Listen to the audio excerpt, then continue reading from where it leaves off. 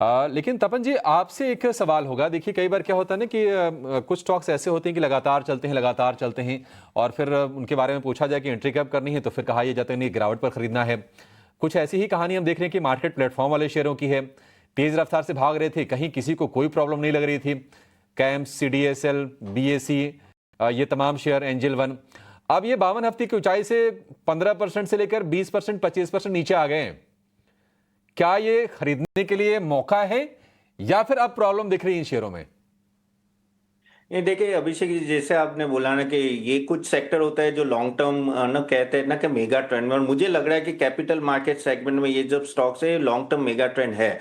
अभी यहाँ कुछ रीजन थे जिसके वजह से ये गिरावट आई। जेन स्ट्रीट का जो एक बड़ा मामला आया, तब आप देखो तब से काफी ये सब स्टॉक्स गिर रहे, और ऑप्शन वॉल्यूम में काफी कह सकते हैं कि डिक्रीज आएगा यहाँ से, क्योंकि बीएसई में भी बड़ा ऑप्शंस वहाँ होता था। और फिर कुछ कुछ आप स्टॉक मार्केट सॉरी ब्रोकर्स में आप देखो, एंजल ब्रोकिंग, नोवोमा, उनमें भी काफी वॉल्यूम होता था। तो वहां हमने गिरावट देखी। अब जेन स्ट्रीट का मामला देखो कहाँ सॉर्ट आउट होता है, लेकिन अगर वहां इस तरह से वॉल्यूम में अगर चेंजेस आते हैं तो इनके डायरेक्टली टर्नओवर में इंपैक्ट आता है। लेकिन आप देखें तो ओवरऑल मार्केट जब सालों साल देखे तो ये सब रिकवर हो जाता है बाद में। हाँ, ये कुछ गिरे हैं तो यहाँ से, क्योंकि आप काफी बढ़ गए थे तो 15-20% गए, लेकिन as a market participancy we have to take a leap of faith, क्योंकि वॉल्यूम पिकअप होगा। देखिए ये जेन स्ट्रीट अभी बंद है, कोई और आएगा और कुछ ना कुछ तो यहाँ से भी ऑप्शंस के वॉल्यूम बढ़ेंगे और एक्टिविटी बढ़ेंगी।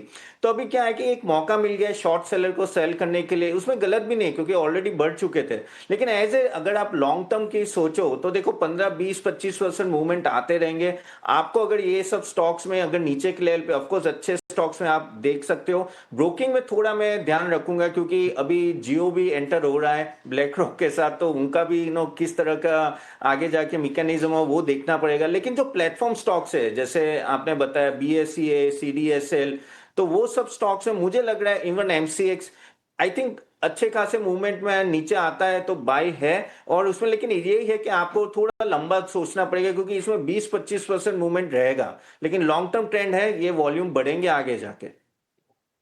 विचार हैं कि इस तरह की अपॉर्चुनिटी हो सकता है कि आएंगे भी। और एक और फैक्टर ये भी है कि वैल्यूएशन भी कोई ऐसे चीप नहीं है। तो थोड़ा सा करेक्शन अगर आता है तो आपके ना वैल्यूएशन करेक्शन में भी मौके भी बनेंगे। राजेश जी, एक बार आपका व्यू जानते हैं इन शेयरों को लेकर। आप भी कहीं कॉन्ट्रा बाइंग की सलाह देंगे इस फॉल में? तो अभिषेक जी बिल्कुल देखिए ये सारी थीम लॉन्ग टर्म के हिसाब से कंटिन्यूटी रहेगी। जरूर यहाँ पे एक नीजर रिएक्शन देखने को मिला है जो कि हमने डेवलपमेंट देखे। एक सेबी ने जिस तरीके से one exchange one weekly expiry किया, उसके चलते थोड़ा सा वॉल्यूम में श्रिंक हुआ। देन फिर जेन स्ट्रीट के कारण जिस तरीके से इन्वेस्टिगेशन ओपन हुआ और वहाँ पे जिस तरीके से डेरिवेटिव मार्केट को एक थोड़ा सा यहाँ पे एक झटका लगा है, उसके चलते यहाँ पे थोड़ा सा कूल डाउन इफेक्ट आया है। बट हमें लगता है कि ओवरऑल लॉन्ग टर्म के हिसाब से अगर कोई नजरिया रखता है तो बीएससी, सीडीएसएल और प्लेटफॉर्म कंपनीज जो कैपिटल मार्केट को कैटर करती है, इवन एएमसी कंपनीज, ये सारे सेगमेंट में हमें लगता है बिल्कुल बाय एंड एक्यूमुलेट की ही सलाह रहेगी। और गोइंग फॉरवर्ड यहाँ पे ग्रोथ बनती रहेगी और ये स्टॉक्स आगे आने वाले समय में अच्छे रिटर्न देते हुए देखने को मिलेंगे। बीएससी की बात करें तो बीएससी में एक अच्छा करेक्शन ऑलरेडी हमने ऊपर से देख लिया है।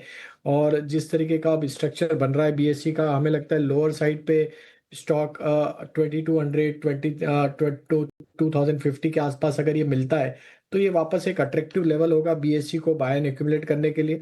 वहीं हम देखें तो एमसीएक्स में भी जो करेक्शन हमने देखा है ऊपर से, वो भी एक अच्छा लॉन्ग टर्म के हिसाब से एक अच्छा अपॉर्चुनिटी दे रहा है।